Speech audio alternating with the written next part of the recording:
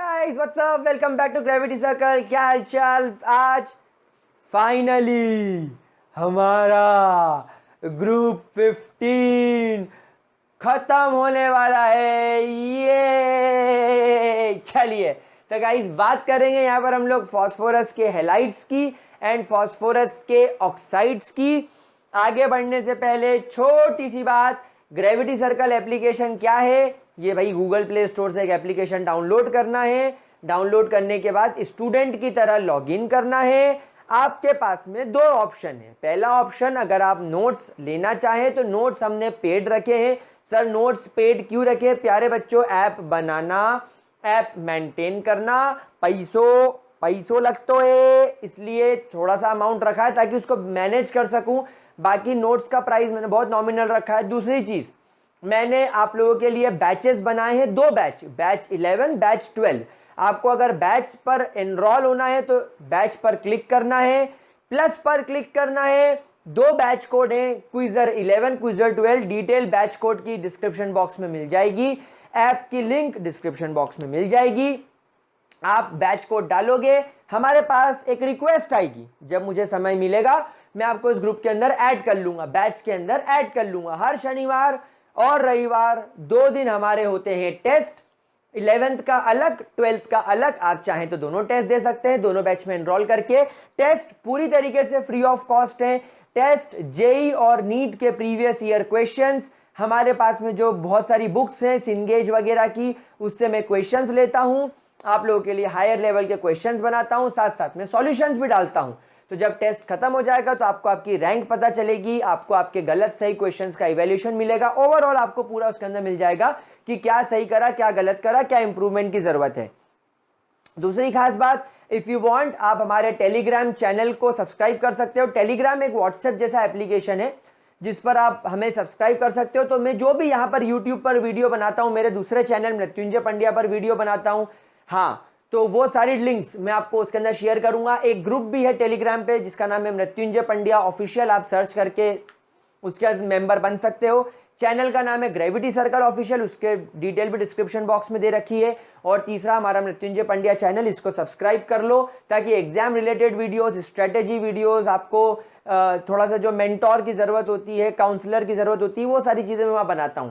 तो काफी सारा खुद का प्रमोशन करने के बाद दिल को सुकून मिल गया। अब मैं आपको पढ़ाऊंगा बिना किसी परेशानी के, वरना बच्चे बोलेंगे वीडियो स्टार्ट्स एट 1.30 मिनट्स। ठीक है, अगर आपको ये सब चीजें पता है तो आप स्किप करके यहां पहुंच जाओ। स्टार्ट करते हैं फास्फोरस के हैलाइड्स की तरफ। तो let's start phosphorus halides. Phosphorus halides मतलब जब आपका फास्फोरस हेलोजन के साथ रिएक्ट करता है तो क्या बनाता है? Phosphorus halides. प्यारे बच्चों को, मेरे प्यारे गुलगुलों को, दो तरीके के हैलाइड्स मिलते हैं। एक मिलता है PX3 टाइप एंड मिलता है एक PX5 टाइप। इसे बोला जाता है फास्फोरस ट्राइहेलाइड्स, क्योंकि इसके अंदर आपके पास में कितने हेलोजन्स हैं? 3 हेलोजन्स हैं, इसलिए फास्फोरस ट्राइहेलाइड्स। और यह बोला जाता है आपका phosphorus penta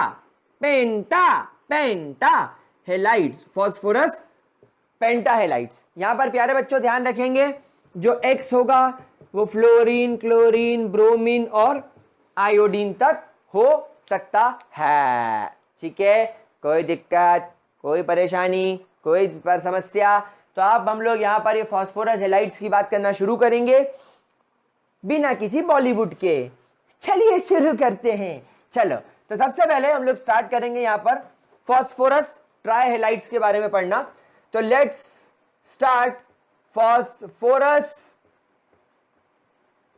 ट्राइहेलाइड्स। Phosphorus trihalides that is PX3। कोई दिक्कत? शुरू करें। चलिए, अगर अपन बात करें इसके प्रिपरेशन की, if you talk about the preparations, तो गाइज इसका प्रिपरेशन बहुत ही ज्यादा इजी है। सबसे पहला प्रिपरेशन डायरेक्ट प्रिपरेशन है, that is you have to take phosphorus, white phosphorus, P4 लिखा है यानी कि व्हाइट फास्फोरस। व्हाइट फास्फोरस, अगर मैं रेड फास्फोरस लिखता तो कोई मतलब ही नहीं था। रेड फास्फोरस तो नॉन रिएक्टिव होता है, बकवास है, बेकार है, कोई मतलब नहीं है। व्हाइट फास्फोरस अपना अच्छा। व्हाइट फास्फोरस के ऊपर से आप लोग क्लोरीन गैस की फ्यूम्स पास करोगे, यानी आपको जमीन पर बिछाना है व्हाइट फास्फोरस और उसके ऊपर से क्लोरीन गैस को फ्लो करवाना है। तो जैसे क्लोरीन गैस इसके ऊपर से फ्लो करेगा, ये आपको PCl3 बनाकर दे देगा, क्योंकि फास्फोरस 4 है तो PCl3 के 4 मोल्स बनेंगे, 4 तिया 12, मतलब आपको 6 क्लोरीन यहां पर लेना पड़ेगा। तो ये हो गया तो अड्डा पहला प्रिपरेशन का फास्फोरस ट्राई क्लोराइड का। क्या ये चीज समझ में आ गई मेरे प्यारे बच्चों को? इसकी जगह अगर आप फ्लोरीन पास करोगे तो फ्लोरीन बन जाएगा, ब्रोमीन मिलाओगे तो ब्रोमीन बन जाएगा, आयोडीन मिलाओगे तो आयोडीन बन जाएगा, एज सिंपल एज दैट। वैसे Pi3 स्टेबल नहीं होता क्योंकि वो आयोडीन मोटा हो गया, बड़ा हो गया, बड़े एटम्स रिपेल करते हैं अपन जानते ही, तो ज्यादा स्टेबल होता नहीं है, इसलिए यूजुअली PF3 और PCl3 आपको यहां पर देखने को मिलेगा, है ना। Br3 भी बहुत रेयर मिलेगा क्योंकि एटम का साइज बड़ा हो जाता है और फास्फोरस का साइज छोटा है। तो क्या होगा, गड़बड़ी हो जाएगी कि फास्फोरस छोटा था और 3 बड़े बड़े आयोडीन लगा दिए, कहां संभालेगा ये गरीब, जगह ही नहीं है इसके पास में। तो ये चीज पॉसिबल है, ये हम लोग ऑलरेडी हैलाइड्स में डिस्कस कर चुके हैं बहुत पहले। दूसरी मेथड ऑफ प्रिपरेशन की अगर मैं मेरे लाडलो से बात करूं तो आपको यहां पर फास्फोरस को SOCl2 यानी थायोनाइल क्लोराइड के साथ ट्रीट करना है। किसके साथ? इसको बोलते हैं थायोनाइल क्लोराइड के साथ। 8 मोल्स आपको यहां पर थायोनाइल क्लोराइड के लेने पड़ेंगे। देखो, एक सबसे पहले तो बन जाएगा आपका PCl3, 4 है तो 4 PCl3। अच्छा, एक बात अभी याद रख लो, आगे चल के ऑर्गेनिक केमिस्ट्री में hello alkane hello Areen chapter में फिर अंकल मिलेंगे। जब भी थायोनाइल अंकल आए, ये सल्फर डाइऑक्साइड गैस जरूर बनाते हैं, इनकी बहुत इच्छा होती है कि अपन सल्फर डाइऑक्साइड गैस बनाए। क्या ये चीज समझ में आ गई? अब यहां पर लफड़ा ये है कि ऑक्सीजन 8 है तो यहां पर 4 लगाना पड़ेगा, तभी ऑक्सीजन 8 बैलेंस होंगे। PCl3 तो पूरा बैलेंस हो गया। अब यहां पर क्या बचा? यहां पर बचा सल्फर और यहां पर बचा 16 और यहां 12, यहां बचा क्लोरीन। तो बेटा एक कंपाउंड S2Cl2 यहां पर और बन जाता है, 2 मोल्स आप ले लोगे तो ये बैलेंस हो जाएगा, सल्फोनाइल क्लोराइड। तो ये वाली केमिकल रिएक्शन से भी आपको यहां पर क्या मिल जाता है? आपका फास्फोरस ट्राई क्लोराइड। तो आपके पास में फास्फोरस ट्राई क्लोराइड बनाने की 2 प्रिपरेशन मेथड है। पहली, व्हाइट फास्फोरस को क्लोरीन के फ्यूम्स के साथ रिएक्ट करो तो PCl3 बन जाएगा, या आप थायोनाइल क्लोराइड का इस्तेमाल करोगे तो आपको PCl3, SO2 एंड S2Cl2 मिल जाएगा। These are the 2 major and important method of preparation. अगर अपन PCl3 के स्ट्रक्चर की बात करें तो गाइज आप सब लोग जानते हो, फास्फोरस के ऊपर यहां पर एक लोन पेयर रहेगा, यहां पर आपको 3 क्लोरीन के एटम मिलेंगे या 3 फ्लोरीन के एटम मिलेंगे। ब्रोमीन और आयोडीन का साइज बड़ा होने की वजह, देखो अभी क्लोरीन का साइज छोटा है तो इनके जो ये डॉट डॉट लाइन से मैंने जो इनके इलेक्ट्रॉनिक क्लाउड बताए हैं इसमें रिपल्शन कम है, लेकिन जैसे ब्रोमीन और आयोडीन आ जाएगा उनके साइज बड़े हो जाएंगे तो एक आयोडीन दूसरा आयोडीन के इलेक्ट्रॉन क्लाउड को रिपेल करेगा और ये अनस्टेबल हो जाएगा, इसलिए पसंद नहीं करता यूजुअली ऐसा बनाना। और हम लोग जानते भी हैं कि जैसे जैसे आप नीचे की तरफ जाते हो इनर्ट पेयर इफेक्ट लगता है, यहां पर इनर्ट पेयर इफेक्ट नहीं लग पाएगा ज्यादा, तो ये +5 ऑक्सीडेशन स्टेट में खुद को ज्यादा स्टेबल मानेगा एज कंपेयर टू +3, और नीचे वाले +3 में ज्यादा मानेंगे, +5 में कम मानेंगे। तो इसको +5 ज्यादा पसंद है, इसलिए ज्यादा कंपाउंड बनेंगे नहीं, जो बनेगा वो ऐसा बनेगा। यहां पर सल्फर का हाइब्रिडाइजेशन sp3 रहेगा और शेप क्या हो जाएगा, जैसे अमोनिया का था ट्राइगोनल पिरामिडल, एज यूजुअल जैसा आपका अमोनिया का शेप होता है, जैसा आपका फॉस्फाइन का शेप होता है, वही का वही शेप इसका होगा, ट्राइगोनल पिरामिडल जैसा इसका शेप रहेगा। या आप अपनी एनसीईआरटी में देखेंगे तो आपको सिंपली पिरामिडल शेप भी दिखता है, ट्राइगोनल पिरामिडल भी बोल सकते हो, लोन पेयर को आप यहां पर लेकर पिरामिडल या ट्राइगोनल पिरामिडल। क्या ये लफड़े खत्म हो गए? क्या हम आगे बढ़े, प्रॉपर्टीज की तरफ चले? जल्दी से इसका स्क्रीनशॉट लिया आप लोगों ने, 1 2 3 ठुचुक। चलिए आगे बढ़ते हैं। अब इतनी बात कर ली इसकी अपन ने, अब इसकी कुछ प्रॉपर्टीज अबे मैं सही में प्रॉपर्टीज लिख रहा था भाई, गधा हो गया हूं मैं, ढैचू हो गया हूं मैं। प्रॉपर्टीज की बात करते हैं। पहली प्रॉपर्टी प्यारे बच्चों, it is an colourless oily liquid.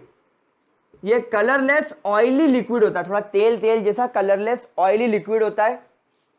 दूसरी बात, it decomposes in presence of water, यानी अगर आपने इसको वाटर के अंदर मिला दिया, पानी के अंदर, तो ये डीकंपोज हो जाएगा। क्या डीकंपोज होगा जरा देखते हैं। तो अगर आपके पास यहाँ पर PCl3 है और अगर आपने यहाँ पर वाटर ले लिया, तो देखो एक बात समझना, पानी छोड़ेगा H, यहां पर है क्लोरीन, मतलब HCl पक्का बनना है।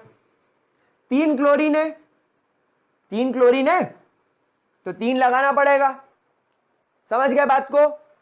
तो यहां पर 3HCl बनेगा, तो यहां पर 3 लगा दो। अब यहां पर क्या बचा, अब यहां पर बचा, चलो थोड़ा HCl इधर लिख लेते हैं, ये बाय प्रोडक्ट है, इसकी इज्जत थोड़ी करनी है अपने को, इसकी बेइज्जती करनी है।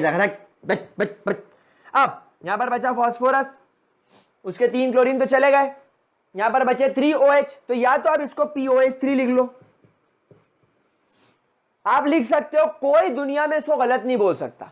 लेकिन अपनी बुक टू बी वेरी इज्जतदार, टू बी वेरी इज्जतदार, अपनी बुक इसको कैसे लिखती है, इसको बुक लिखती है P के आगे लगा लेती है H3, P के पीछे लगा लेती है O3, क्योंकि OH3 तो H3PO3। बाकी क्या है, इज्जत देनी है तो इज्जत दो, नहीं देनी है तो POH3 लिखो, कोई गलत नहीं कहेगा इसको, देयर इज नो गलती इन इट, समझ गए। तो आप इन दोनों में से जो आपकी इच्छा हो वो लिख लो। अपनी NCERT H3PO3 बोलती है, मेरे लाडले बच्चों को मैं H3PO3 लिखा देता हूं, वरना बोलेंगे गलत पढ़ाता है, तेरे को आता नहीं है, तू गलत पढ़ाता है, तू चिचोरा है, ऐसे बोलने लग जाते हैं बच्चे।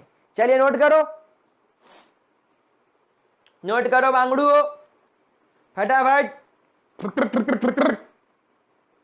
चलो अब तीसरी और बड़ी खास और बड़ी इंटरेस्टिंग है, it reacts with organic compounds as well.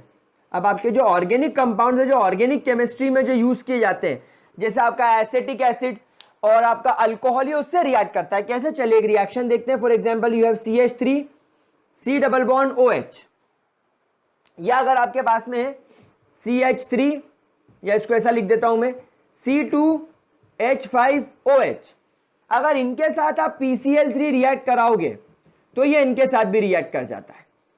बड़ा डेंजर मानूस है, मेरे को बिल्कुल नहीं पसंद, बड़ा डेंजर मानूस है।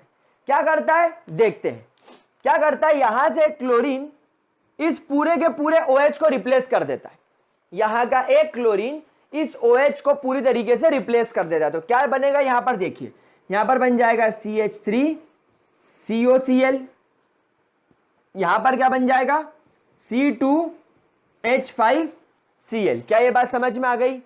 दूसरी खास बात बताता हूं, दुनिया में जब भी ये रिएक्ट करेगा ये भैया जरूर बनेगा, मतलब ये बनाना पड़ेगा, समझे, मेरी भावनाओं को समझेगी नहीं तुम, मेरी लाडली लक्ष्मी योजनाओं, तुम इस भावनाओं को समझेगी नहीं।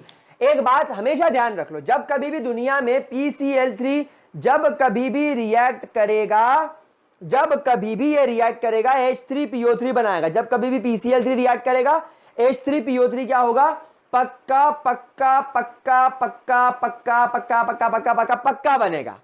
ठीक है, अब इसको जरा बैलेंस कर लेते हैं। तो देखो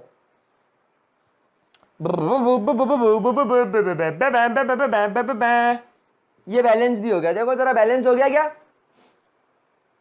3 क्लोरीन लग गए, साफ ठीक है, 3 क्लोरीन लग गए, साफ ठीक है, सलाम साहब। देन एक फास्फोरस फास्फोरस, एक phosphorus phosphorus, phosphorus balance, PCl3 पूरा बैलेंस हो गया। अब यहां से 3 OH निकले, यहां से 3 OH निकले, मैं पहले ही बता चुका हूं कि इसको आप POH3 भी लिख सकते हो। तो यहां से एक P निकला, यहां से 3 OH निकले, यहां पर भी POH3 बना, यानी कि H3PO3, तो यहां से भी एक फास्फोरस निकला और 3 OH निकले, बाकी C2H5 C2H5 और CH3CO अपनी जगह पर, और एक क्लोरीन उधर लग गया, 3 क्लोरीन। बहुत बढ़िया, शानदार, चलिए तो समझ में रिएक्शन। तो प्यारे बच्चों, इस तरीके से ये रिएक्शन आप लोग बैलेंस कर सकते हो। सब मोह माया है, क्या लेकर आए थे क्या लेकर जाओगे, हाँ समझ गए। चलो तो जल्दी से इसको नोट करो, फिर अपन यहां पर इसके बाद इसकी पेंट देखेंगे, काहे की फास्फोरस का पेंटा हेलाइट देखेंगे। कितने खुश हुए, बड़े खुश हो रहे, जल्दी इसको नोट करो। हाँ तो मेरे प्यारे प्यारे बच्चों, इसके बाद अपन अब आगे बात करते हैं फास्फोरस ट्राइहैलाइड में फास्फोरस ट्राइक्लोराइड की। तो वैसे तो मैं हेडिंग डालने वाला हूं phosphorus penta. Now I am going to write the heading phosphorus pentahalide, लेकिन स्पेसिफिकली एनसीईआरटी के अंदर आप लोगों को क्लोराइड ही दे रखा है, क्योंकि हम लोग सब जानते हैं क्लोराइड ही इजीली फॉर्म्ड है। क्यों? क्योंकि बेटा फास्फोरस +5 ऑक्सीडेशन स्टेट ज्यादा शो करेगा नहीं।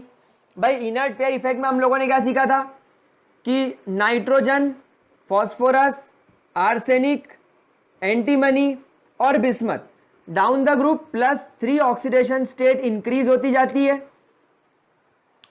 और जो छोटे एलिमेंट्स होते हैं उनकी यहां पर +5 ऑक्सीडेशन स्टेट स्टेबल होती है। तो फास्फोरस की +5 ऑक्सीडेशन स्टेट ज्यादा स्टेबल होगी, लेकिन फास्फोरस एटम माना मैंने +5 ऑक्सीडेशन स्टेट में ज्यादा खुश रहेगा, लेकिन फास्फोरस एटम का साइज छोटा है। और फास्फोरस के साथ अगर आप ब्रोमीन जैसे बड़े एटम को ऐड करोगे, तो ब्रोमीन जैसे बड़े एटम अगर आपने इससे जोड़े तो क्या होगा, इन ब्रोमीन के इलेक्ट्रॉन्स आपस में एक दूसरे को इतना ज्यादा रिपेल करेंगे कि अनस्टेबल हो जाएगा। तो PBr5 बहुत रेयर केसेस में मिलता है, और PI5 तो लगभग ना के बराबर मिलता है, क्योंकि साइज बढ़ जाता है।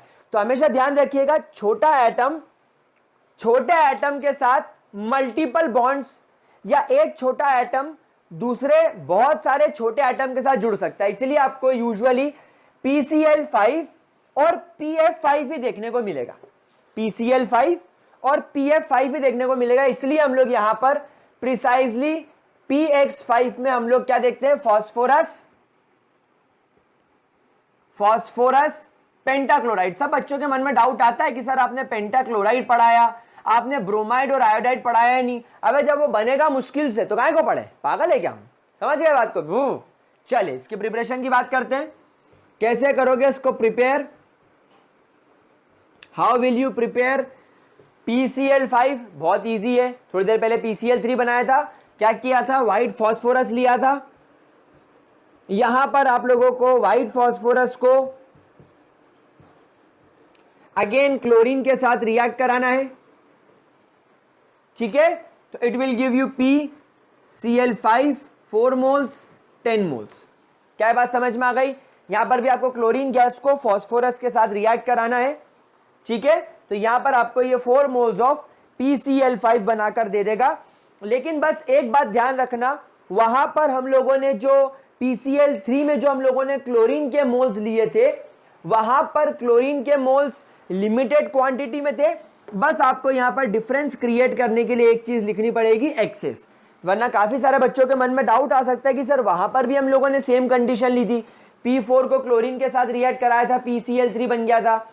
यहां पर भी सर हमने वही करा, तो PCl3 बनेगा कि PCl5? तो जब आप क्लोरीन की मात्रा एक्सेस में ले लोगे तो PCl5 बनेगा, और अगर आपने क्लोरीन को इक्विवेलेंट मोल्स में लिया या लिमिटेड क्वांटिटी में लिया तो PCl3 बनेगा। दूसरी प्रिपरेशन, पहली तो ये हो गई। दूसरी प्रिपरेशन, आप फास्फोरस का ट्रीटमेंट थायोनाइल क्लोराइड के साथ कर दीजिए। SOCl2 we all know it is thionyl chloride, थोड़ी देर पहले हम लोगों ने पढ़ा था। और आप लोग सब ये बात को जानते हैं कि थायोनाइल क्लोराइड बना है तो सल्फर डाइऑक्साइड गैस बाहर निकलेगी, इस बात का फिक्स है, ये बात यहां पर फिक्स है। तो यहां पर आपको PCl5 बनाना है तो PCl5 भी बनेगा। यहां पर 4 फास्फोरस है तो 4 लगाना पड़ेगा, 5 4 से 20, तो यहां पर 10 लगा देते हैं, तो 20 क्लोरीन हो गए। अब ऑक्सीजन यहां पर कितने हैं देखो जरा, 4 10 SOCl2, ठीक है। अब यहां पर आपके पास में क्लोरीन कितने, 2 और 10 20 20 क्लोरीन हो गए, ये बैलेंस हो गया। अब अपने को यहां पर सल्फर डाइऑक्साइड को बैलेंस करना है, तो सल्फर डाइऑक्साइड, अच्छा ये SO2Cl2 है, तो यहां पर आप जैसे 10 लगाएंगे तो 10 सल्फर और 20 क्लोरीन, इस तरीके से बैलेंस हो जाएगा। तो यहां पर आपका SO2Cl2 के साथ प्यारे बच्चों ये बड़े आराम से बैलेंस हो गया, ठीक है। यहां पर SO2Cl2 यूज करना था, वहां पर हमने SOCl2 यूज किया था, थायोक्लोराइड, थायोनाइल क्लोराइड, यहां पर अपन ने SO2Cl2 यूज किया, कोई चिंता वाली बात नहीं है, ये रिएक्शन बैलेंस हो गई। देख लीजिए दोनों प्रिपरेशन को, कोई दिक्कत, किसी भी तरीके की कोई भी परेशानी इसके अंदर? I think it is very easy to understand. अगर अपन अब इसकी प्रॉपर्टीज की बात करें कि इसकी क्या क्या प्रॉपर्टीज हो सकती है, तो प्यारे बच्चों इसकी प्रॉपर्टीज की तरफ चलते हैं। और सबसे पहले प्रॉपर्टी अपन इसके शेप के बारे में डिस्कशन कर लेते हैं, शेप के बारे में पहले पढ़ लेते हैं। तो गाइस देखिए यहां पर फास्फोरस के पास 3 इस तरीके से बॉन्ड होंगे, इन बॉन्ड्स को बोला जाता है इक्वेटोरियल बॉन्ड। क्या बॉन्ड? Equatorial bond. अब ये इक्वेटोरियल बॉन्ड क्या होते हैं मैं आपको समझाता हूं। मेरा पेट फास्फोरस है, मेरा पेट फास्फोरस है, समझ गए? तो फास्फोरस एक गोल बॉडी है, फास्फोरस एक स्फेरिकल एटम है। उसको अगर मैं बीच में से काटूं, जैसे अपने अर्थ के बीच में से, हमारे अर्थ के बिल्कुल बीचों बीच से एक लाइन जाती है जिसे हम बोलते हैं इक्वेटर, ठीक उसी तरह अगर आपका फास्फोरस एक गोल एटम है, फास्फोरस अगर आपका एक गोल एटम है या स्फेरिकल एटम है, और अगर उस स्फेरिकल एटम के बिल्कुल बीच से मैं एक लाइन बनाऊं तो वो इक्वेटर है। अब उस इक्वेटर पर 3 बॉन्ड्स हैं, एक ऐसा और एक ऐसा, समझ गए? तीनों बॉन्ड 120 डिग्री पर है, यानी एक इक्वेटर से 3 बॉन्ड निकल रहे हैं, एक सामने, एक इधर और एक इधर, और तीनों बॉन्ड कितने पर है? 120 डिग्री के एंगल पर। तो इन बॉन्ड्स को बोला जाता है इक्वेटोरियल बॉन्ड्स। कितने इसके अंदर? 3। और हर इक्वेटोरियल बॉन्ड का बॉन्ड एंगल डेफिनेटली कितना होना चाहिए? 120 डिग्री, क्योंकि एक इक्वेटर, एक गोले को आप 3 इक्वल पार्ट में कट करोगे तो तीनों को 120 120 120 मिलेगा। क्या ये बात समझ में आ रही है? और अब इसके अलावा इसके पास में 2 एक्सियल बॉन्ड्स होते हैं, यानी एक बिल्कुल सेंटर से ऊपर की ओर और एक सेंटर से नीचे की ओर। यहां पर इस बॉन्ड को क्या बोलते हैं?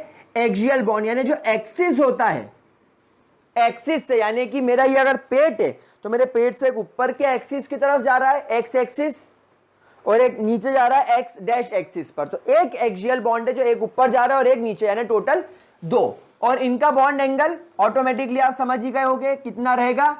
90 डिग्री। क्लियर?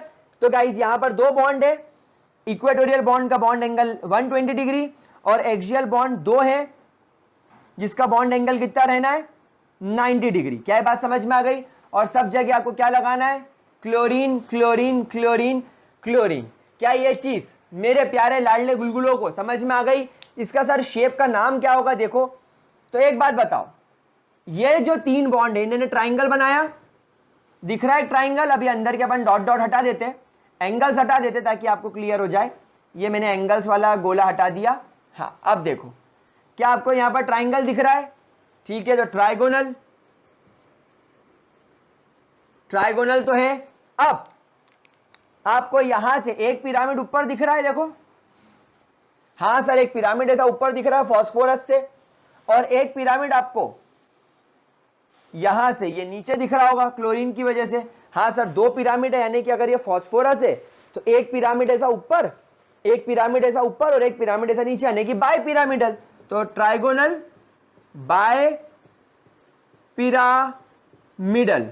इसका ये बात मेरे प्यारे बच्चों को समझ में आ रही है? क्या इसके अंदर किसी भी तरीके का कोई भी दिक्कत समझ में आ गई?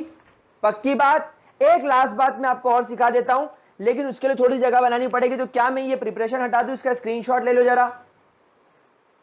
चलिए प्रिपरेशन हटा देता हूं।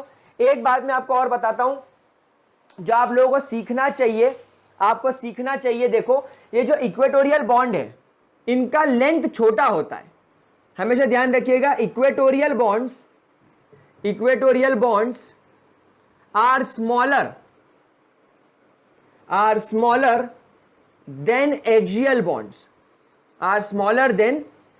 बॉन्ड्स, ये एक्सियल बॉन्ड से छोटे होते हैं। क्यों? क्योंकि बेटा एक्सियल बॉन्ड क्या एक्सिस पर है, न्यूक्लियस के बिल्कुल एक्सिस पर, या तो एक्स एक्सिस पर होगा या वाई पर होगा या जेड पर होगा। और एक्सिस पर होने की वजह से इन बॉन्ड्स को रिपल्शन ज्यादा फील होगा। इक्वेटर पे होने की वजह से क्या होगा? ये इक्वली डिस्ट्रीब्यूटेड रहेगा। इक्वेटर पे होने की वजह से ये न्यूक्लियस के करीब होगा, न्यूक्लियस के करीब होने की वजह से इस पर अट्रैक्शन लगेगा न्यूक्लियस का। लेकिन ये 2 बॉन्ड एक्सियल पोजीशन पर है, मतलब न्यूक्लियस के ऊपर और न्यूक्लियस के नीचे हैं। अगर न्यूक्लियस के चारों तरफ होते, मैंने बताया था ना अभी इक्वेटर न्यूक्लियस के चारों तरफ होता है, तो अगर ये न्यूक्लियस के चारों तरफ इवनली स्प्रेड है तो न्यूक्लियस खींच लेगा। लेकिन अगर ये न्यूक्लियस के ऊपर और न्यूक्लियस के नीचे निकल गए तो न्यूक्लियस इनको इतना अपनी तरफ खींच नहीं पाएगा। प्लस जो अंदर के शेल के इलेक्ट्रॉन्स हैं, जो इनर शेल के इलेक्ट्रॉन्स हैं, वो इस पर रिपल्शन कॉज करेंगे, इस पर रिपल्शन कॉज करेंगे। याद करो, inner shell electrons outer shell electrons को रिपल करेंगे, तभी ये sp3d2 हाइब्रिडाइजेशन में भी आया है। यानी इसका जो ns का इलेक्ट्रॉन होगा, यानी फास्फोरस में जो 3s का इलेक्ट्रॉन होगा वो रिपेल होकर 3d में आया होगा, यानी रिपल्शन लगा। तो देयरफॉर एक्सियल बॉन्ड्स पर हमेशा ज्यादा रिपल्शन होता है। तो इसका रीजन क्या लिखेंगे? Because axial bonds feel more repulsion than equatorial bonds. आपके जो इक्वेटोरियल बॉन्ड्स होते हैं उनके कंपैरिजन पर एक्सियल बॉन्ड पर ज्यादा रिपल्शन होता है, क्योंकि न्यूक्लियस के अबव और न्यूक्लियस के बिलो होते हैं। तो न्यूक्लियस से दूर होने की वजह से, यानी न्यूक्लियस की नजर में ना आने की वजह से, और अंदर के शेल के इलेक्ट्रॉन्स का रिपल्शन लगने के लिए थोड़े दूर हो जाते हैं। लेकिन वहीं जो इक्वेटोरियल पोजीशन पर है उन पर क्या न्यूक्लियस की नजर, जैसे मैं ऐसा देख रहा हूं आपको, तो मेरी आपसे नजर मिल गई तो आप मेरे इक्वेटोरियल पोजीशन पर हो। अब मेरे माथे पर क्या हो रहा है और नीचे की तरफ क्या हो रहा है मुझे थोड़ी दिख रहा है, तो वो थोड़ा सा रिपल्शन हो जाता है उस पर, यानी अंदर के इलेक्ट्रॉन्स उसको रिपल करेंगे। लेकिन मेरे को और आपको रिपल्शन कम लगेगा, क्यों? क्योंकि आपकी और मेरी नजर एक है। समझ रहे हो बात को? तो इस तरीके से आपको इसका स्ट्रक्चर देखना है। जल्दी से इसका स्ट्रक्चर नोट करो मेरे प्यारे बच्चों। आई होप इतनी चीज आपको अच्छे तरीके से क्लियर हो गई होगी। ठीक है, आगे बढ़े। चलिए इसको क्या मैं रब कर दूं, जल्दी से देखो, मैं इसको रब करने वाला हूं। 1 2 3 ठुचुक ठुचुक ठुचुक ठुचुक ठुचुक। ले लिया स्क्रीनशॉट? ऐसी आवाज आती है स्क्रीनशॉट लेते समय, ठुचुक वाली या खिचिक ऐसी आती है? चलो जो भी आती है अपन आगे बढ़ते हैं। अगर अपन इसकी और एक प्रॉपर्टी डिस्कस करें तो इट इज अ येलोइश, ये एक तरीके का येलोइश कलर्ड सॉलिड होता है। It is a yellowish coloured solid and it get hydrolysed. ये बड़े आराम से हाइड्रोलाइज्ड हो जाता है। It gets hydrolysed in presence of water. ये वाटर की प्रेजेंस में बड़े आराम से हाइड्रोलाइज हो जाता है। लेकिन यहां पर एक कॉन्सेप्ट सीखना पड़ेगा। मैंने PCl3 में क्या बताया था आपको याद करो? PCl3 पानी हो या कोई भी ऑर्गेनिक सब्सटेंस हो, वो H3PO3 पक्का देगा, यानी POH3 आपको पक्का देगा। यहां पर थोड़ा सा केस अलग है। यहां पर PCl5 है, तो पहले PCl5 आपको हमेशा आपको PCl5 पानी के साथ रिएक्ट करो या किसी के साथ भी रिएक्ट करो, यह आपको POCl3 पक्का देगा। इस बात को याद कर लो, इस बात को रट लो। PCl3 क्या देता है? H3PO3 यानी POH3। PCl5 क्या देगा? POCl3। ठीक है, POCl3 दे दिया साहब आपने हमको। अब 2 हाइड्रोजन 2 क्लोरीन को लेकर 2 HCl बन के बाहर होगा, तो POCl3 बचेगा। अब ये POCl3 फर्दर वाटर के साथ फर्दर हाइड्रोलाइसिस के लिए जाता है और 3 क्लोरीन यहां से 3 हाइड्रोजन लेकर फिर 3 HCl बना लेंगे। फिर से क्या बन जाएगा? 3 HCl। अब यहां पर क्या बचा? फॉस्फोरस। यहां पर 3 ऑक्सीजन और 1 ऑक्सीजन, इसका 4 ऑक्सीजन तो 4। और यहां पर एक्चुअली वाटर HOH होता है, HOH। ये 3 H, ये 3 क्लोरीन के साथ निकल गए, ये 3 ऑक्सीजन और ये चौथा ऑक्सीजन, यहां क्या बचे? 3 हाइड्रोजन, तो ये बन गया H3PO4। तो यहां पर आपको H3PO4 मिलेगा। PCl3 आपको H3PO3 देता था, ये आपको H3PO4 देगा। क्या ये कॉन्सेप्ट दिमाग में बहुत अच्छे तरीके से बैठ गया? तो ये होगा इसकी रिएक्शन विद वाटर, यानी वाटर की प्रेजेंस में ये हाइड्रोलाइज हो जाएगा। And finally what it give you? H3PO3। ठीक है, कोई दिक्कत? जल्दी से इसका स्क्रीनशॉट लो। 2 रिएक्शंस और बची है, जल्दी स्क्रीनशॉट लो। ओ मेरे प्यारे प्यारे गुलगुलो, मेरे मित्रों, क्लियर हुआ? बोलो। मैंने सुना है PUBG बैन हो रहा है, बहुत बुरा हुआ, यह पबजी वाला है क्या? चलो तो गाइस इतना लिखने के बाद अब हम लोग और एक 2-3 रिएक्शन देख लेते हैं। जिस प्रकार PCl3 ऑर्गेनिक कंपाउंड्स के साथ रिएक्ट करता था, उसी प्रकार PCl5 भी ऑर्गेनिक कंपाउंड के साथ रिएक्ट करता है, रिएक्ट्स विथ ऑर्गेनिक कंपाउंड्स। ये भी ऑर्गेनिक कंपाउंड्स के साथ नो डाउट रिएक्शन करता है और क्या बनाता है जरा देखते हैं। क्या सिखाया मैंने आपको? अगर आपके पास में CH3COH नाम का ऑर्गेनिक कंपाउंड है और ये PCl5 से रिएक्ट कर रहा हो, या अगर आपके पास में C2H5OH टाइप का कंपाउंड हो और PCl5 से रिएक्ट कर रहा हो, तो क्या बनेगा? PCl5 है तो एक चीज तो पक्का देगा, POCl3। तो ये मैंने पहले ही लिख दिया, सर ने हमको सिखाया इसलिए हम पहले लिख देंगे। फिर मैंने आपको हमेशा एक बात और सिखाई है कि जब भी PCl3 हो या PCl5 हो, ये ऑर्गेनिक कंपाउंड्स के OH को रिप्लेस करके क्लोरीन जोड़ देगा।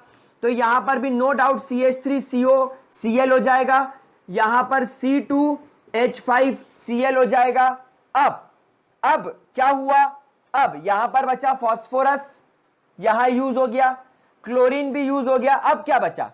अब यहां पर आप एक चीज देखो, यहां पर बचा HH, क्योंकि OO तो यहां पर यूज हो गया, PP भी यूज हो गया, क्लोरीन भी हो गया। अब बस बचा HH और एक ClCl। तो आपको as a by product HCl मिलेगा। आप चाहें तो बैलेंस करके देख लीजिए, ठीक है। तो यहां पर एक एक्स्ट्रा चीज बनी, क्या? HCl। नेक्स्ट अगर अपन बात करें तो PCl5 डीकंपोजेस ऑन हीटिंग, यानी अगर आपने हीट करा, अगर आपने इसका टेम्परेचर बढ़ाया तो ये डीकंपोज हो जाएगा। और क्यों ना हो, क्योंकि ये बड़े आराम से PCl5 डीकंपोज हो सकता है। काय के लिए? PCl3 बनाने के लिए, और Cl2 गैस बाहर छोड़ देगा। क्या ये चीज क्लियर हो गई? तो ये बहुत बेसिक सी रिएक्शन है, ये भी आपको आनी चाहिए।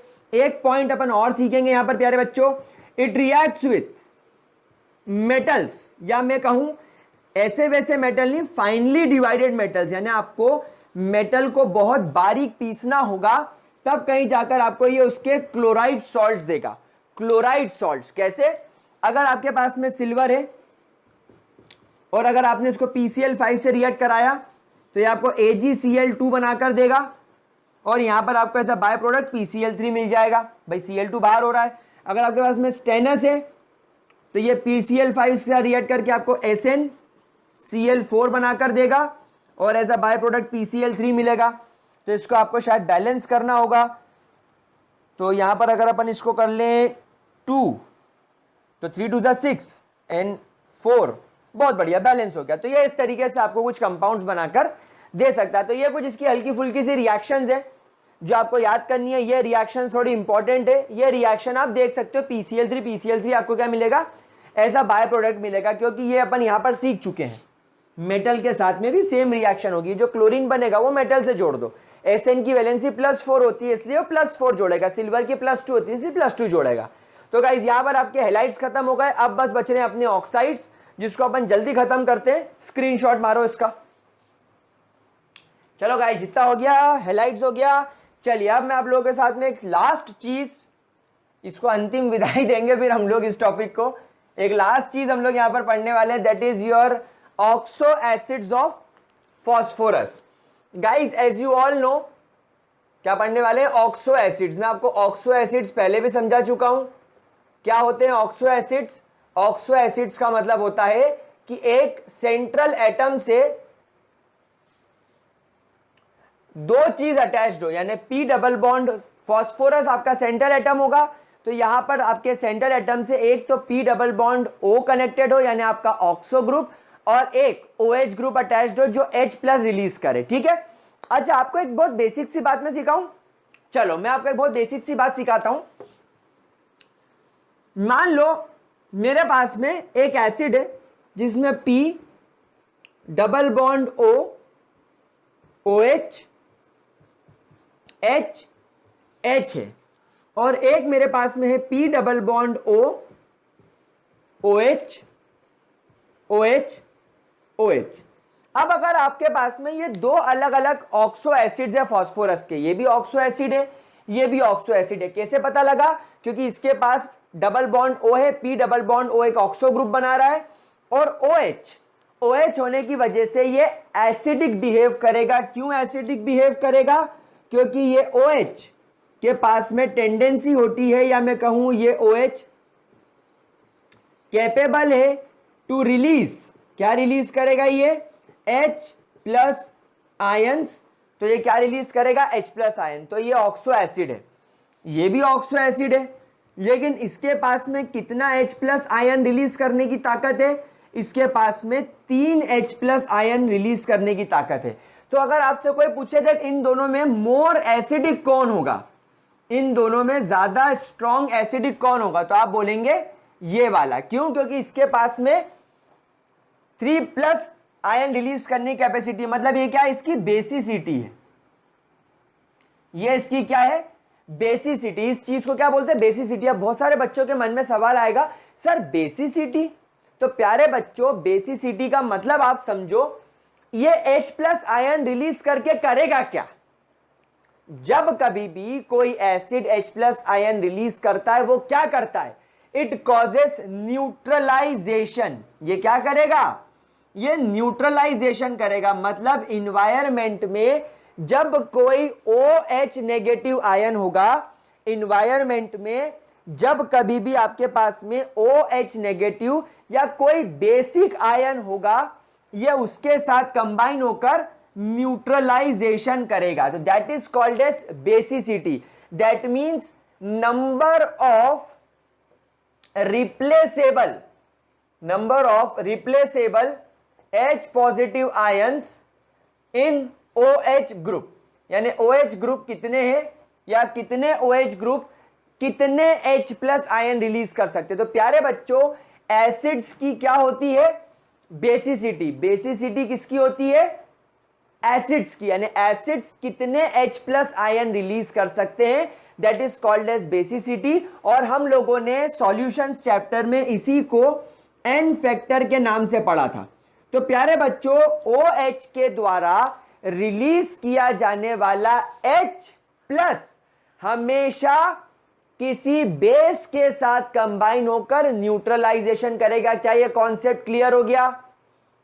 क्या यह कॉन्सेप्ट बहुत अच्छे तरीके से क्लियर हो गया? गाइस, अगर क्लियर नहीं होगा तो NCERT लेवल का ही क्वेश्चन आप नहीं लगा पाओगे। समझ गए? पक्की बात। चलिए, अब यह बात इसके एसिडिक नेचर की हो गई।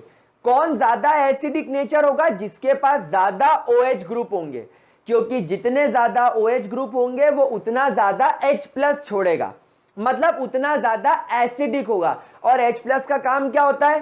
किसी बेसिक मॉलिक्यूल के साथ कंबाइन होना और न्यूट्रलाइजेशन करना। तो ये अपने एसिडिक नेचर का काम हो गया। और बेसिसिटी का मतलब क्या होता है? बेसिसिटी का मतलब जितने H plus ion, what is basicity? कितने H प्लस आयन आपका एसिड छोड़ सकता है। और H प्लस आयन कहां से छूटेगा? ऑब्वियसली OH से। तो OH है यानी बेसिसिटी। OH की वजह से बेसिक टर्म यूज कर ली, और वो कितने H प्लस छोड़ रहा है, दैट इज बेसिसिटी। तो ये कितने बेस के साथ कंबाइन हो सकता है, ये भी आप बोल सकते हो, क्योंकि इसके पास में 3 H प्लस है। तो ये एक अकेला H3PO4 3 बेस के साथ कंबाइन हो सकता है। ये अकेला 3 H प्लस छोड़ सकता है। ये अकेला तीन मॉलिक्यूल्स को न्यूट्रलाइज कर सकता है। नहीं, अकेला 3 OH नेगेटिव के साथ 3 मोल वाटर बना सकता है। समझ गए? बेसिक बात है। अब यहां पर एक और इंपॉर्टेंट सवाल आता है, इन दोनों में से ज्यादा अच्छा रिड्यूसिंग एजेंट कौन है? इन दोनों में से ज्यादा अच्छा रिड्यूसिंग एजेंट कौन है? अब बहुत सारे बच्चे बोलेंगे कि सर ये तो एक H प्लस छोड़ रहा है, ये 3 H प्लस छोड़ रहा है। तो गलत। यहां पर रिड्यूसिंग कैरेक्टर OH से डिसाइड नहीं होता। हमेशा ध्यान रखिएगा एक बात को, जो रिड्यूसिंग कैरेक्टर होता है वो हमेशा डिसाइड किया जाता है, it is always decided by pH bond. अच्छा, अगर यहां पर अपन फास्फोरस की बात कर रहे हैं, कल अगर मैं यहां पर नाइट्रोजन की बात करता तो NH बॉन्ड हो जाता। तो यहां पर मैं ब्रैकेट में लिख देता हूं EH बॉन्ड, यानी E यानी आपका कोई भी एटम, सेंट्रल एटम, अब वो भले ही NH हो, वो भले ही SH हो, वो भले ही ClH हो, ये सब क्या डिसाइड करेगा? Reducing nature. और एसिडिक नेचर कौन डिसाइड करेगा? OH। कितना ज्यादा एसिडिक है ये कौन बताएगा? OH। और कितना स्ट्रॉन्ग रिड्यूसिंग एजेंट है, कितना स्ट्रॉन्ग रिड्यूस करेगा वो कौन डिसाइड करेगा? आपका EH बॉन्ड, यानी E यानी आपका सेंट्रल एटम, E यानी आपका जो सेंट्रल एटम है वो, और उससे जुड़ा हुआ हाइड्रोजन। क्या ये बात समझ में आ गई? इतना पॉइंट क्लियर हुआ? अब रिड्यूसिंग एजेंट का मतलब क्या होता है? जो सामने वाले को हाइड्रोजन डोनेट कर दे, जो सामने वाले को सीधा सीधा हाइड्रोजन डोनेट कर दे। तो यहां पर आप देखो, यहां पर इसके पास तो डोनेट करने वाला डायरेक्टली अटैच्ड कोई हाइड्रोजन है ही नहीं, लेकिन इसके पास में यहां पर दो ऐसे हाइड्रोजन है जो अगर ये किसी को डोनेट करेगा तो वो एक्सेप्ट करेगा, और जो एक्सेप्ट करता है हाइड्रोजन वो रिड्यूस हो जाता है। तो इसके पास में रिड्यूसिंग कैरेक्टर ज्यादा है। तो यहां पर because of 2 pH bonds it is more reducing in nature, it is more reducing in nature। तो अब अगर आपके पास में दुनिया में कोई भी ऑक्सो एसिड आए, दुनिया में कोई भी ऑक्सो एसिड आए, तो दो प्रकार के सवाल आ सकते हैं गुरु। पहला सवाल एसिडिटी बताओ, या एसिडिक नेचर को बेसिसिटी से पूछा जा सकता है, या कितना ज्यादा स्ट्रॉन्ग एसिड है यह पूछा जा सकता है, या कितने बेस को एक साथ न्यूट्रलाइज करता है। एसिड किसी बेस के साथ रिएक्ट करके सॉल्ट प्लस वाटर बनाता है, यानी न्यूट्रलाइजेशन कर सकता है। तो ये कितने बेस को न्यूट्रलाइज कर सकता है, ये कितने H प्लस आयन छोड़ सकता है, वो कौन डिसाइड करेगा? Hydroxyl group, OH group, acidic nature को। लेकिन अगर आपसे कोई रिड्यूसिंग नेचर पूछे कि ये कितना रिडक्शन कॉज कर सकता है, ये सामने वाले को कितने हाइड्रोजन देके उसको रिड्यूस कर सकता है, ये हाइड्रोजन कभी न्यूट्रलाइजेशन नहीं करेगा प्यारे बच्चों, ये हाइड्रोजन कभी न्यूट्रलाइजेशन नहीं करेगा। न्यूट्रलाइजेशन के लिए ये OH से निकल रहा हुआ H काम करेगा। यहां पर H जो डायरेक्टली फास्फोरस से कनेक्ट है, ये सिर्फ सामने वाले के पास जाकर एटम के साथ कंबाइन होकर उसको रिड्यूस करेगा। वो मॉलिक्यूल बेस भी हो सकता है, सॉल्ट भी हो सकता है, कोई XYZ मेटल भी हो सकता है, कोई नेटिव फॉर्म में मेटल भी हो सकता है। जैसे मैं आपको एग्जांपल बताऊं, जैसे मान लो आपके पास में यहाँ पर सोडियम है और सोडियम अभी अकेला है तो उसका ऑक्सीडेशन स्टेट 0 है। इस सोडियम के साथ इसका हाइड्रोजन कभी कंबाइन नहीं होगा। क्यों नहीं होगा? क्योंकि इसका हाइड्रोजन H प्लस के फॉर्म में रिलीज होगा। लेकिन यहां से जो हाइड्रोजन निकलेगा वो अपना एक फ्री रेडिकल फॉर्म में निकलेगा और जाकर Na के साथ कंबाइन होकर क्या बना लेगा? NaH। क्या ये बात समझ में आ रही है आपको? तो ये बहुत बेसिक सा कॉन्सेप्ट है जो मेरे प्यारे बच्चों आपको पता होना चाहिए। Is that clear to you? क्या ये बहुत अच्छी तरीके से क्लियर हो गया? अब एनसीईआरटी का क्वेश्चन उठाओ और देखो, आप ऐसा लात मारोगे क्वेश्चन को, ऐसी लात दोगे, बोले हट साला इतना हल्का क्वेश्चन मेरे से, इतनी हिम्मत तेरी मेरे से इतना बेसिक क्वेश्चन पूछने की, इतना घटिया क्वेश्चन पूछने की। जल्दी बताओ। सब रिपीट करेंगे, जोर से बोलेंगे जय माता दी, सारे बोलेंगे जय माता दी। ऐसा नहीं बोलना है, मैं ये बोल रहा हूं कौन ज्यादा स्ट्रॉन्ग रिड्यूसिंग एजेंट होगा ऑक्सो एसिड में? वो होगा जिसके पास ज्यादा EH बॉन्ड होंगे। इसके पास 2 EH बॉन्ड है, यानी PH PH 2 बॉन्ड है, ये ज्यादा होगा, इसके पास तो है ही नहीं। अच्छा, ज्यादा स्ट्रॉन्ग एसिड कौन होगा? जिसके पास ज्यादा OH होंगे। ये तो एसिड ये ज्यादा अच्छा है, रिड्यूसिंग एजेंट ये ज्यादा अच्छा है। समझ गए? बुर छापना हो तो छाप लो। चलिए, चलो अब अपन ऑक्सो एसिड पढ़ना स्टार्ट करते हैं। मैं आपको ऑक्सो एसिड्स के नाम, उनका स्ट्रक्चर समझाऊंगा एंड दैट्स इट। उसके अलावा हमें कुछ भी नहीं करना है, एक एक्स्ट्रा चीज पढ़ने की जरूरत नहीं है। सबसे पहला इज योर हाइपोफॉस्फोरस एसिड,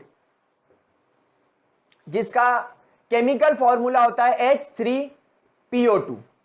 दूसरा ऑर्थोफॉस्फोरस एसिड, जिसका केमिकल फॉर्मूला H3PO3 होता है।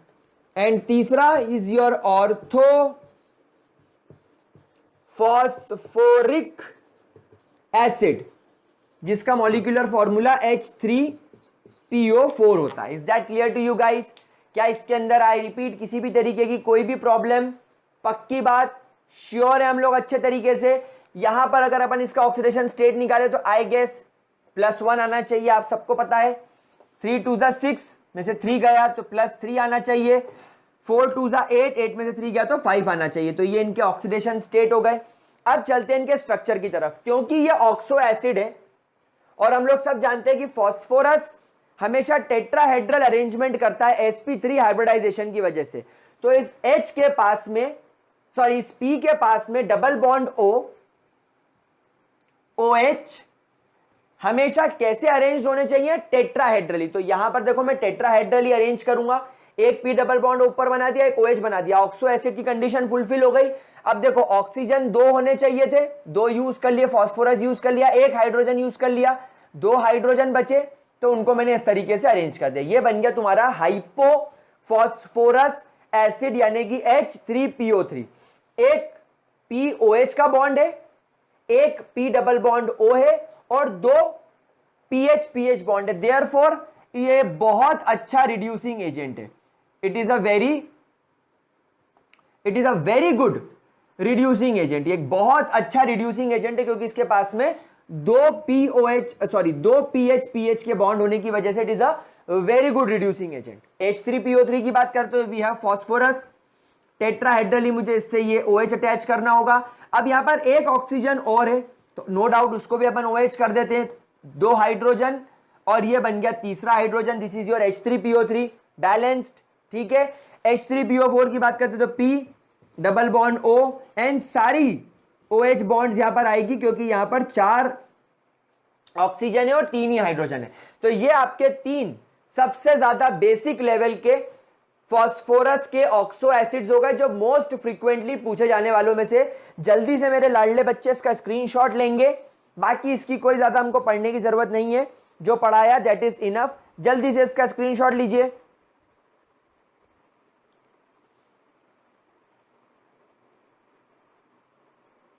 जल्दी से नोट कर लो,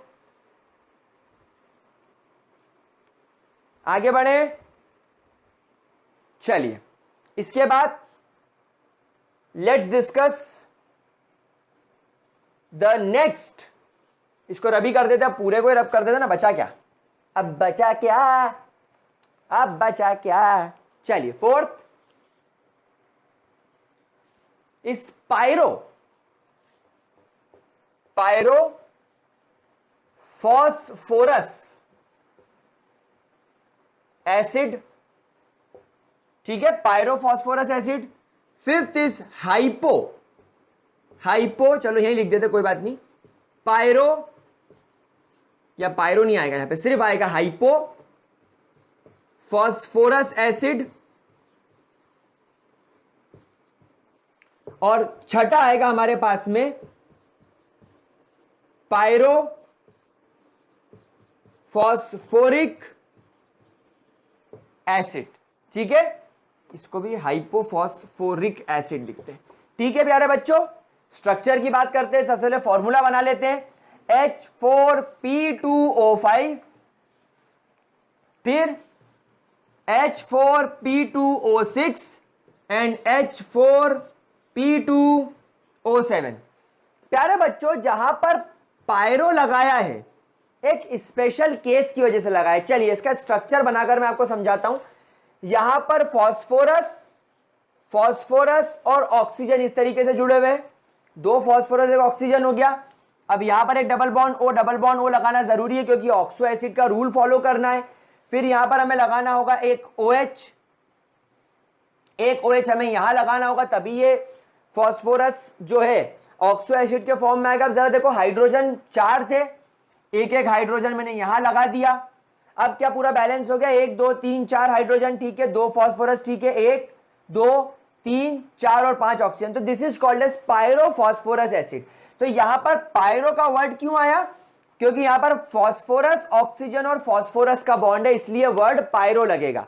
ये आपको याद रखना है। अच्छा, यहां पर अगर अपन इसके ऑक्सीडेशन स्टेट की बात करें तो क्या होना चाहिए? Oxidation state that is +3।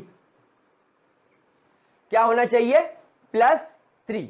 अब अगर अपन बात करें इस वाले केस में तो यहां पर हाइपो नहीं है, दैट मींस यहां पर फास्फोरस के बीच में सिंगल बॉन्ड है, डबल बॉन्ड O दोनों पे लगाना पड़ेगा, हमारी मजबूरी है। अब यहां पर 2 ऑक्सीजन के बाद 4 ऑक्सीजन बचे, तो 4 ऑक्सीजन को अब आपके पास में बैलेंस करने का बस एक ही तरीका है कि आप OH OH लगा दो। अब यहां पर हाइड्रोजन 4 है, तो 4 हाइड्रोजन के लिए क्या करें अब हम लोग प्यारे बच्चों, तो 4 हाइड्रोजन ऑटोमेटिकली बैलेंस हो गए, कुछ करने की जरूरत ही नहीं पड़ी। तो 2 फॉस्फोरस बैलेंस्ड, ठीक है, 4 हाइड्रोजन में 1 2 3 4 बैलेंस्ड, ठीक है, 2 फॉस्फोरस भी बैलेंस्ड, ठीक है, 6 ऑक्सीजन 1 2 3 4 5 6 बैलेंस्ड। तो देखो फॉस्फोरस का टेट्राहेड्रल ज्योमेट्री भी बनी हुई है और ये हाइपोफॉस्फोरिक हो गया। अब पायरोफॉस्फोरिक आ गया, पायरो मतलब यहां पर फिर क्या करना पड़ेगा, फॉस्फोरस ऑक्सीजन और फॉस्फोरस में डबल एक बॉन्ड बनाना पड़ेगा, डबल बॉन्ड वो यहां पर कंपलसरी है। अब यहां पर 3 ऑक्सीजन हो गए, एक OH यहां लगा दिया, एक OH यहां लगा दिया, 2 हाइड्रोजन आ गए, 2 हाइड्रोजन यहां आ गए, 4 हाइड्रोजन पूरे, 7 ऑक्सीजन पूरे, और ये आपका पायरोफॉस्फोरिक एसिड हो गया। यहां पर +4 ऑक्सीडेशन स्टेट चलेगा, यहां पर +5 ऑक्सीडेशन स्टेट चलेगा, ठीक है। देख लो इतना, अगर देख लो, अगर कोई दिक्कत आ रही हो तो पूछ लो। ये आपके ऑक्सो एसिड्स के शेप हो गए। अब यहां पर बस एक छोटी सी बात आपको और बतानी है मुझे, जो मैं आपको बता देता हूं, बट पहले जरा स्ट्रक्चर बना लो, इसके ऑक्सीडेशन स्टेट लिख लो, ये बहुत काम का है, ठीक है। चलिए अब मेरे प्यारे बच्चे सब एक बात जानते हैं कि जो फॉस्फोरस है इसमें इनर्ट पेयर इफेक्ट ना लगने की वजह से और अंदर के इलेक्ट्रॉन यानी 2s 2p के इलेक्ट्रॉन 3s के इलेक्ट्रॉन को अनपेयर करते, तो ये +3 ऑक्सीडेशन स्टेट में ज्यादा रहता, पसंद नहीं करता।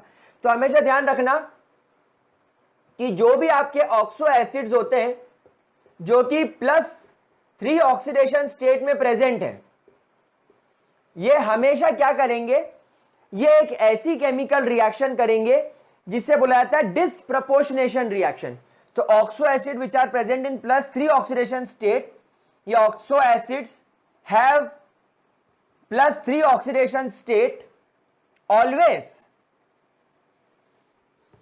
undergoes disproportionation reaction, always undergoes disproportionation reaction। अबे disproportionation reaction क्या होती है, disproportionation पूरा लिख दूं क्या, disproportionation क्या होती है, disproportionation reaction, disproportion, ठीक है, क्या होती है disproportion reaction। इस डिसप्रपोर्शन रिएक्शन का मतलब होता है प्यारे बच्चों कि एक केमिकल रिएक्शन, फॉर एग्जांपल अगर आपके पास में यहां पर H3PO3 है, तो H3PO3 इस तरीके से टूटेगा कि यहां पर इसके ऊपर पहले बताओ ऑक्सीडेशन स्टेट कितना है, 3 to the 6, यहां पर इस पर +3 ऑक्सीडेशन स्टेट है, यहां पर कितना हो जाएगा +5 और यहां पर कितना हो जाएगा -3, यानी कि एक ही atom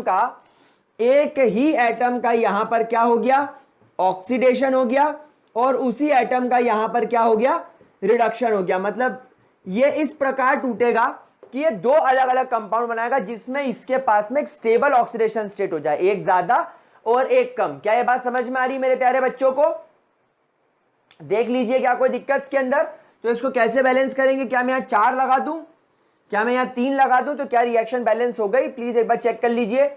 3 3 9 hydrogen +3 hydrogen 12 balance, 4 phosphorus भी बैलेंस दिख रहे हैं, ऑक्सीजन कितने हो गए 4 3 12 4 3 12, तो ये रिएक्शन आपकी क्या हो गई, बैलेंस हो गई। तो प्यारे बच्चों इस तरीके से हमेशा ध्यान रखना कि जब कभी भी आपका कोई भी ऑक्सो एसिड फॉस्फोरस का +3 फॉर्म में होता है और वो उसमें ज्यादा स्टेबल नहीं माना जाता, इसलिए या तो वो +5 में चले जाएगा या उससे +3 से कम वाले ऑक्सीडेशन स्टेट में जाना पसंद करेगा। इस चीज को आप लोग ध्यान रख लीजिए, ठीक है। अच्छा एक रिएक्शन अपन और करके देखते हैं, यहां पर अपन बात करते हैं रिड्यूसिंग नेचर की। तो आपने को सबको पता है कि सबसे अच्छा रिड्यूसिंग नेचर किसका होगा, H3PO2 का। क्यों होगा H3PO2 का, क्योंकि यहां पर फॉस्फोरस के पास में एक डबल बॉन्ड O है, एक OH है और इसके पास में 2 PH के बॉन्ड है, तो ये क्या होगा, बहुत अच्छा रिड्यूसिंग नेचर का होगा। तो अपन एक रिएक्शन करके देख लेते हैं कि क्या यह बात सही है। तो अगर आपके पास में 4 मोल्स ऑफ AgNO3 है और अगर आपने इसका रिएक्शन कराया वाटर के साथ और आपने इसका रिएक्शन कराया H3PO4 के साथ, H3PO2 के साथ, तो सबसे पहले क्या होगा, सिल्वर अभी यहां पर +1 ऑक्सीडेशन स्टेट में है और ये +1 ऑक्सीडेशन स्टेट में, तो ये इसका करेगा रिडक्शन। रिडक्शन का मतलब है ऑक्सीडेशन स्टेट कम हो जाना। तो यहां पर एक ही तरीका है सिल्वर का ऑक्सीडेशन स्टेट कम करने का कि इसको इसके नेटिव फॉर्म में ले जाओ। ठीक है, अब यहां पर आपके पास में टोटल 4 AgNO3 है, आपके पास में यहां पर टोटल 4 AgNO3 है। तो यहां पर HNO3 जाकर HNO3 बना लेगा, तो ये बन गया आपका HNO3। ठीक है, क्या बन गया आपका HNO3। तो यहां पर HNO3 बनाने के लिए मुझे ऐसा लगता है अपने को 2 की जरूरत है, 2। तो 2 to the 4 पूरे के पूरे 4 हाइड्रोजन 4 HNO3 लगा देंगे। अब यहां पर सिर्फ क्या बचे, 2 ऑक्सीजन, क्योंकि 4 हाइड्रोजन तो ऑलरेडी जा चुके हैं, यहां पर 4 के 4 HNO3 भी चले गए, सिल्वर भी चला गया, अब सिर्फ 4 ऑक्सीजन बचे। और यहां पर क्या बचा, H3PO2। तो बचे हुए 2 ऑक्सीजन PO2 को PO4 बना लेंगे और ये अपने +5 ऑक्सीडेशन स्टेट में आ जाएगा। मतलब ये इसने क्या करा, इसने इसको रिड्यूस करा, यानी H3PO3 ने यहां पर क्या कर दिया, इसका रिडक्शन कर दिया, इसके ऑक्सीडेशन स्टेट को कम कर दिया और खुद क्या हो गया, ऑक्सीडाइज हो गया। क्योंकि जो बहुत अच्छा रिड्यूसिंग एजेंट होता है वो हमेशा खुद क्या हो जाता है, ऑक्सीडाइज हो जाता है। तो बिल्कुल लल्लू चप्पू सी बात है, बिल्कुल टेंशन नक्को नक्को वाली बात है, बड़े आराम से ये चीज सॉल्व हो गई। तो मेरे प्यारे बच्चे इस चीज को ध्यान से देखेंगे। एंड गाइस बेसिसिटी का और रिडक्शन नेचर का मैं पहले ही बता चुका हूं। तो गाइस यहां पर हमारा टॉपिक खत्म। यहां पर ये चैप्टर का first part P block elements class 12 का फर्स्ट चैप्टर बोल सकते हो आप लोग। पी ब्लॉक एलिमेंट का फर्स्ट चैप्टर ग्रुप 15 खत्म। पूरा ग्रुप 15 अगर आपको पसंद आया हो तो यार लाइक करना, दोस्तों के साथ शेयर करना। कल से स्टार्ट करेंगे ग्रुप 16। आज की क्लास होती है यही खत्म। तब तक के लिए bye bye, all the best, have a great day, sayonara, hasta la vista guys.